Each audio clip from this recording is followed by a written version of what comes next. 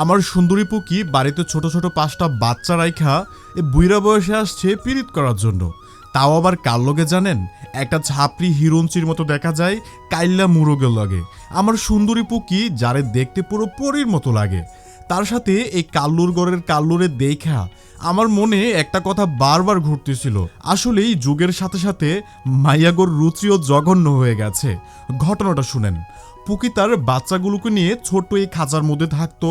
হঠাৎ একদিন দেখি খাঁচায় একটা ডিম পড়ে আছে এবং সে বাইরে বের হওয়ার জন্য একদম ছটফট করতেছে। ভাবলাম হয়তো একটু মুক্ত বাতাস দরকার, তাই দরজাটা খুলে দিলাম। কিন্তু দরজা খুলে দেওয়ার পর যা দেখলাম তাতে আমার চোখ তো কপালে। ম্যাডাম পুরো এলাকা খুঁজে তার নিজের জন্য একটা হিরঞ্চি বয়ফ্রেন্ড ম্যানেজ করে ফেলছে। এই কাল্লুর গড়ের কাল্লুরে নিয়ে ও আজকে আমাদের বাড়িতে আসছে ডেটিং করার জন্য। তো আমার পুকির পছন্দ বলে কথা, তাকে তো আর না খাওয়ায় দিতে পারি না, তাই না? অল্প কিছু ধান ছিটায় দিলাম, চাল ছিটায় দিলাম।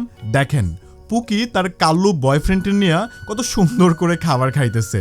আমি গোপনে ক্যামেরাটা সেট করে দূর থেকে এই রোমান্টিক দৃশ্য ভিডিও করছিলাম। তবে মজার কথা বাদ দিলে এখানে একটি বড় শিক্ষার বিষয় আছে। দেখুন, আমাদের বাড়িতে বা আশেপাশে কোনো মোরগ ছিল না, কিন্তু মহান আল্লাহ পাক এই প্রাণীর ভিতরে এই বুটটুকু দিয়ে দিয়েছে যে বংশ বিস্তারের জন্য তার একজন সঙ্গীর প্রয়োজন। খাঁচায় বন্দি অবস্থায় সে ডিম পারলে তাতে প্রাণ আসবে না, তাই সে নিজ থেকেই তার সঙ্গী খুঁজে নিয়েছে। সুবহানাল্লাহ।